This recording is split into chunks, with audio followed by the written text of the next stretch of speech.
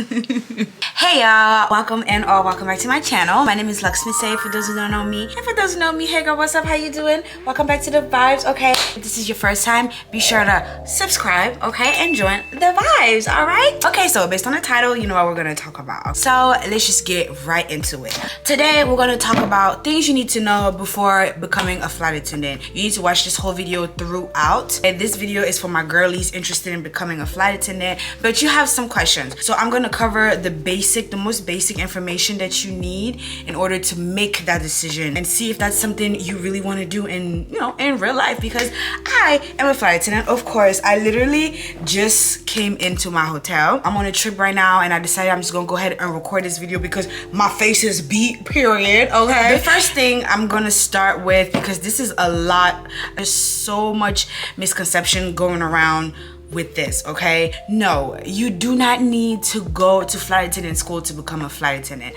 That is such a waste of time. Like, I know some people who actually spent money to go to flight attendant school and didn't even get the job. That is the most scamming thing out there. Well, okay, let me start off by saying that I am a US based flight attendant, so I can only talk about, being a flight, what it's like to be a flight attendant in the US. And so far, what I've learned is you do not need to go to flight attendant school to become a flight attendant. So please save that money. You want to know why? Because once they hire you, then you go to a training. So it does not even matter that school you went to, because every airline has a different way of training their flight attendants. So that's the reason why the school doesn't really matter, because when you get the job, when you get hired, you will be sent away for a couple weeks, between 4 to 7 weeks, depending on which airline. You will be sent away for training, and that's where you will be doing the school. You would basically just be doing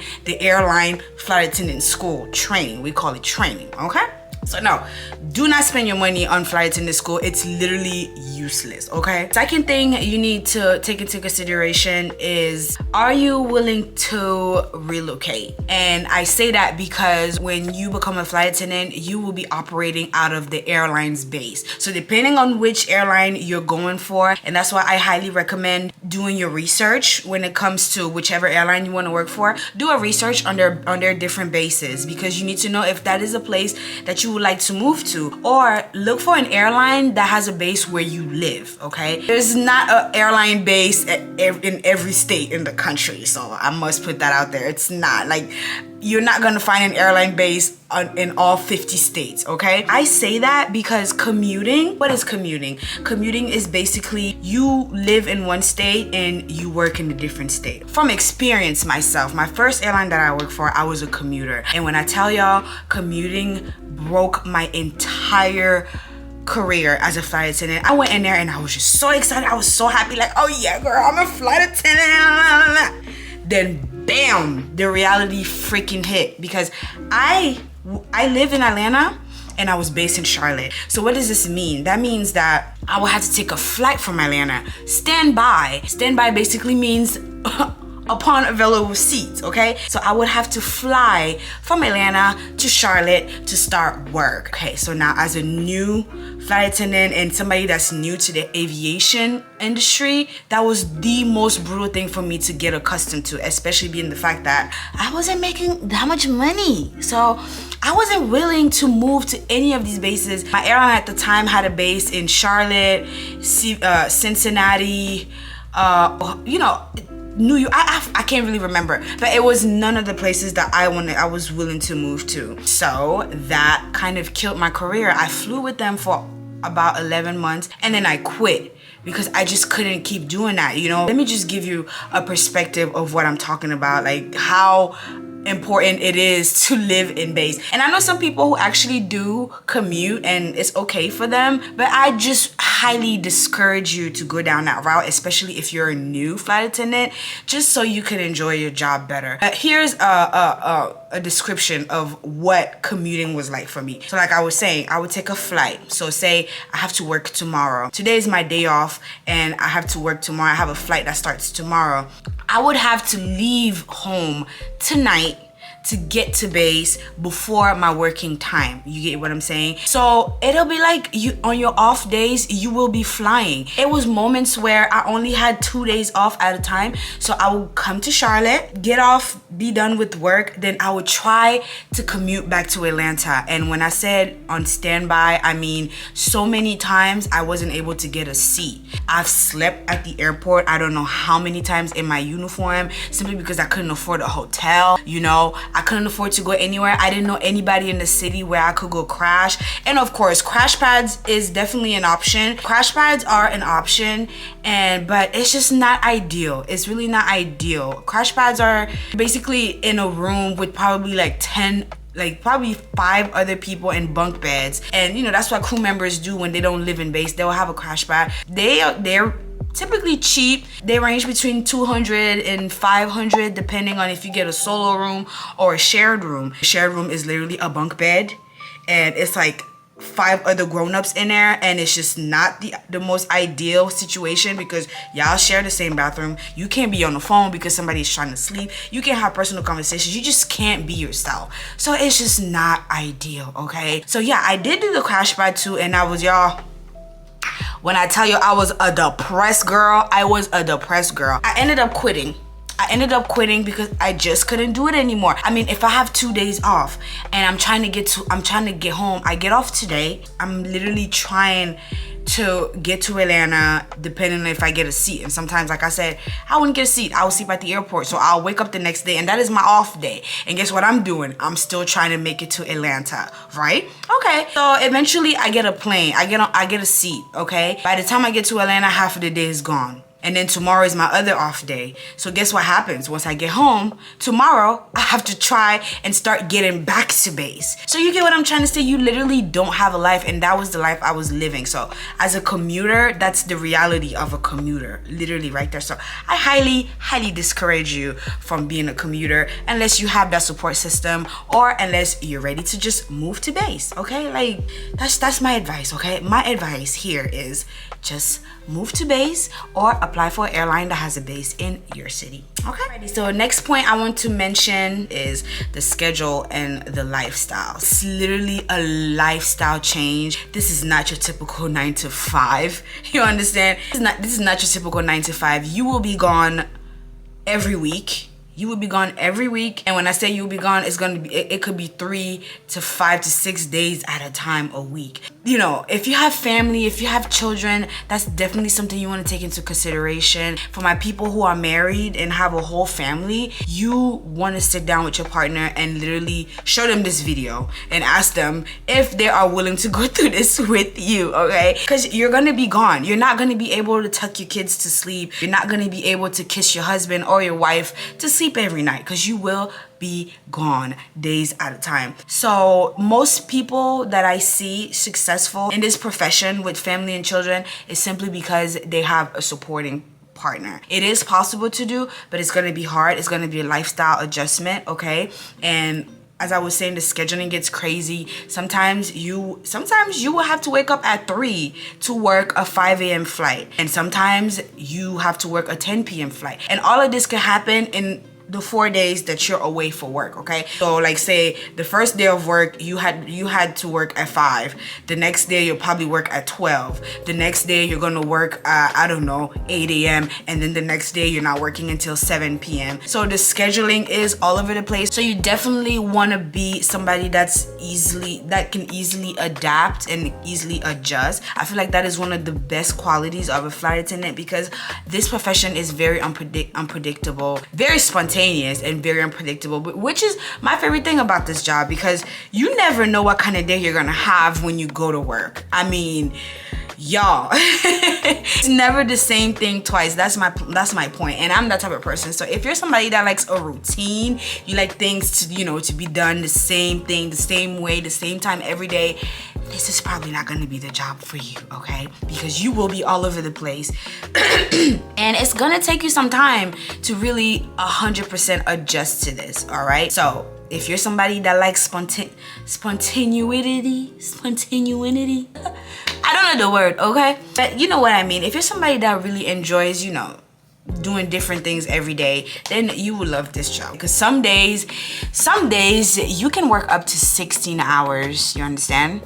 Yes, the reality of a flight attendant is we can work up to 16 hours. Y'all, I'm giving it to you raw right now, all right? I'm not even trying to sugarcoat it. This is not about looking pretty. This job gets tiring and exhausting, all right? So let me be the one to tell you that. You can work up to 16 hours. Well, depending on the airline, but I know as far as FAA regulations, we can work up to 14 hours and then extend it to 16 because of weather. And then, you know, from then on, you could keep working, but they can't push you past 16. They have to ask you for permission, but they can push you to 16 hours a day. Now you do the math. In one day, how much time do you have left? You get what I'm saying? You will be exhausted. You will be freaking exhausted. And that's one of those days. And some other days, you're getting paid for doing nothing, okay? That's what it's called being on reserve. Being on reserve. And me, I'm a reserve flight attendant. I really enjoy being on reserve, okay?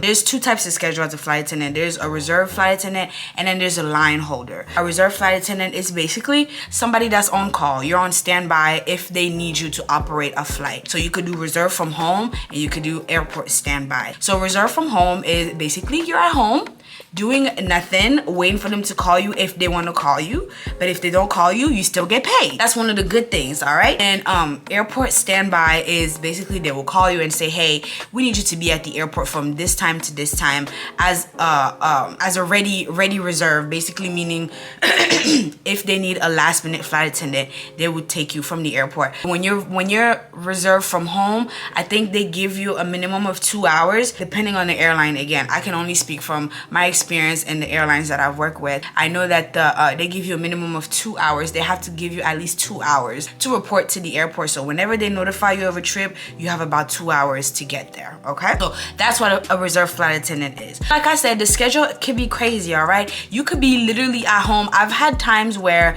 I didn't even fly for like 3 weeks. I was at home. I was a home reserve 3 weeks, okay? And I was getting paid. So guess what I did with that time? I was being productive, you know, as a content creator. I tried to get some content done and, you know, just get other things done. So that's why I love about being a reserve flight attendant, is because sometimes you get to stay home. And now a line holder is somebody that has a set schedule. Whenever they give you a schedule, you know your schedule for the whole month. You know where you're going, you know everything. So you're not on call. You have your schedule and you do what you want to do, okay? So that's what a line holder is.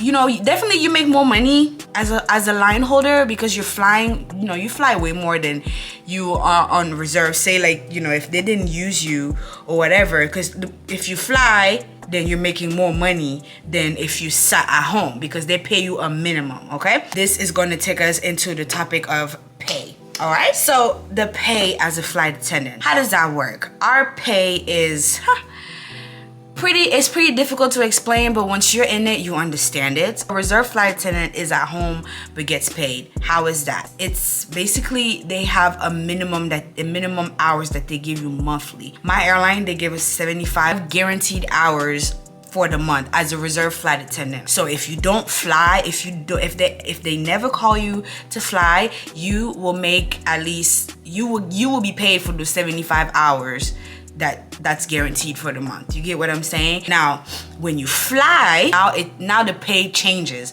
So now you're getting paid by flight time, and then you're getting paid per diem. So flight time is what it is. Flight time is basically from when the door is closed. So boarding, you don't get paid. You're not getting paid for boarding. You're not getting paid for anything if the plane is open. The plane door is open, okay? So let me be very, very honest with y'all. The flight hours is only when the door is closed, and that is the hourly pay of a flight attendant. You know, when you go online, you type how much the flight attendants make an hour. That's the hourly pay. And there's per diem. Now, per diem is on top of your hourly pay. It's basically they pay you. My airline pays us $2.50 every hour I am away from base. Okay, so let me explain. So I'm based in Atlanta, okay? They call me and they're like, hey, we need you to go on a 3-day trip. So the per diem will be from the moment that I leave Atlanta to the time that I get back to Atlanta. They will be paying me every single hour. They will be paying me $2.50 every single hour that I am away from my home base, which is Atlanta. That's what they pay you on top of your hourly. If you work a lot, in a month, you could do up to 300 hours of per diem, right? So yeah, it adds up pretty quickly. So they pay you that, and then they pay you the hourly, and that's what makes your entire paycheck. Okay, all right. I hope that's all the information when it comes to pay. I'm hoping I'm not forgetting anything. Y'all feel free to ask me any questions in the comments. You know, if I forgot something, be sure to ask me and I'll answer, guys. Okay, I definitely will answer. So now the last thing that I want to cover to help you with your decision of becoming a flight attendant is how do the flight benefits work? Because I know a lot of people are looking into this job because they want to travel for free, right? Like, that's why we're all here. That's why I'm here, okay? So I could keep serving y'all some travel content, period. But yeah, so flight benefits and how do they work? And again, I can only speak for the airlines that I have worked with, and I can only speak from my experience. So flight benefits, no, we do not have discounted flights that you could just give to anybody.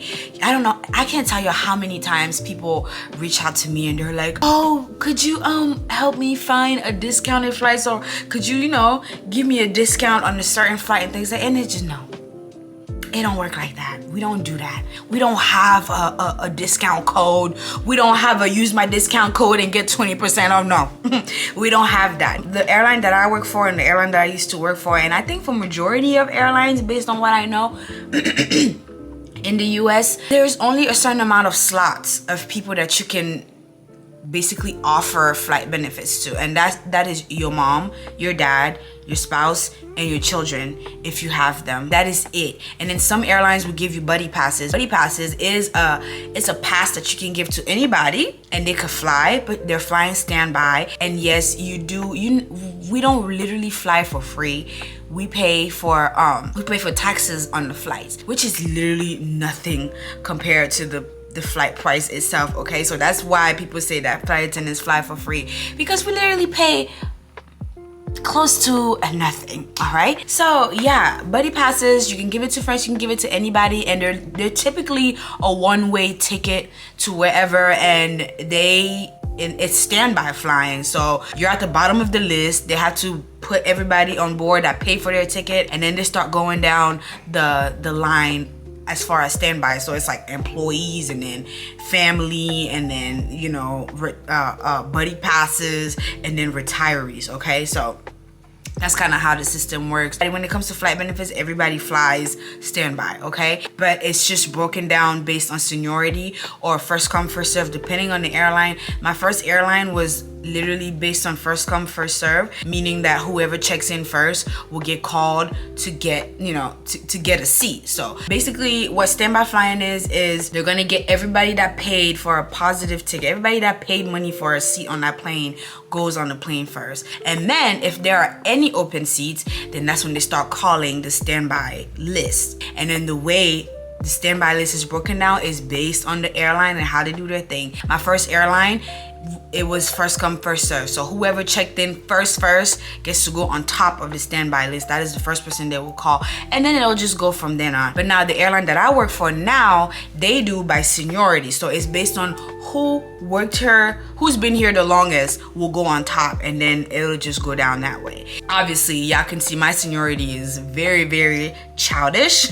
I'm going on 2 years with this company, but God ain't stopping me from getting nowhere. I be outside, okay? So don't let the standby life intimidate you. Yes, it could get very frustrating. It get very frustrating. Like, imagine having plans, booked the trip, booked an Airbnb and everything, and you don't get a seat on the plane. Yes, that is the reality. That does happen. But if you're an employee, you will learn how to navigate. I mean, I've gotten to the point where if I see that my airline can't get me there, I look at the next flight from another airline. You get what I'm saying? So it's definitely different ways to get to where you need to, especially as the crew member. Oh, we can fly with anybody. We can fly with anybody. Like, if Delta can't get me there today, Spirit gonna get me there, okay? Or Southwest, so there's always ways to get to where you need to, but there will be times where you're not gonna make it to where you need to go because you didn't get a seat. and that's just the reality of things. And taxes wise, like, okay, I know you guys want to know, like, how much do I really be paying? When I leave the US, it's typically free. It's typically, I don't pay anything. It's usually coming back into the country where they charge me 70 bucks. It's 70 bucks for me to go to France, and that's round trip, and it doesn't matter. It could be first class. Oh, I also forgot to mention, the good thing about being standby is you could get a business class. You could get a business class seat for 70 bucks. And that's part of the reason why I love this job, because I actually get to enjoy traveling how I want to enjoy traveling without the money. So I decided to work for it. It's kind of a finesse, you know? So I get to experience business class and all of that good thing just because I'm a crew member. So it's just kind of like, I'm just out here finessing. All right, I'm just out here finessing. But yeah, so that's kind of, you know, that's just an idea of how much we pay when it comes to taxes. It's literally nothing. Like a business class seat to France, 70 bucks. You're sitting next to people who pay like $8,000 to sit there. You get what I'm saying? But yeah, I hope I covered everything. I hope this video was very informative for you, and I hope you do decide to still go for it. I mean, I really love my job. I do. I will make a story time, or I'll just make a video on my journey of being a flight attendant, because it has not been the best, but now it is. My life is, oh my goodness, I'm so grateful. Like, if you follow me on Instagram, you know how much I'm so grateful for my life, and I'm so grateful for my job, even though I don't get that much money. But it's all good though. I love my job, because you know, the whole thing for me is I'm working here with the purpose. Okay, I love to travel and I love to create travel content, and I'm not a rich girl, or I'm not a viral travel influencer yet. Okay, yet. So I had to finesse away. I'm like, okay, so how I'm gonna travel and create content and not break the bank that I don't have, you know? So I decided, oh, ding ding, being a flight attendant would just put everything, you know, into pieces for me. So that's what's going on in my life, and I'm enjoying it so much. So I'm hoping that this video gave you some insider on the reality of becoming a flight attendant. I was just trying to give y'all the real deal, okay? But I promise y'all, it is so worth it if you come in here with a purpose. It's one of those jobs where you really gotta love it to enjoy it, or you gotta be doing it for a reason to enjoy it. You can't, it's just not a regular job, okay? This is a lifestyle change. So you gotta have a purpose to why you're doing this, because it's very demanding. This job is highly demanding of your time and your physical strength, because you will be tired. You get what I'm saying? But like I say, for me, it's all worth it, because I'm able to travel around the world and create travel content for you guys. So that's my reason for why I'm here. And some other people do it because that's what they want to do for a living. That's their career, and they love traveling, and they love the lifestyle. So like I said, you know, if you want to become a flight attendant, know why you want to become a flight attendant and stick to it. Because me, the first time around, I didn't know why I wanted to be a flight attendant, and that kind of, you know, that broke me. But I'm gonna make a video about my whole journey as a flight attendant, and that's gonna be for a whole nother day. But anyways, I'm gonna close this video here. I hope this video was very informative for you, boo-boo. I'm wishing you all the best luck and positivity on your journey to become a flight attendant. Feel free to message me. You can message me on Instagram. Right here is my Instagram name, and just send me, you know, if you have questions or whatever, I'll be more than happy to answer it for you. And yeah, thanks for watching it. Thanks for watching my video, and thanks for getting this far. Like, if you made it this far, you might as well go ahead and subscribe, because you really sat down and listened to me talk for this long. So just go ahead and subscribe, and I'm gonna catch y'all on my next video. Bye. Mwah.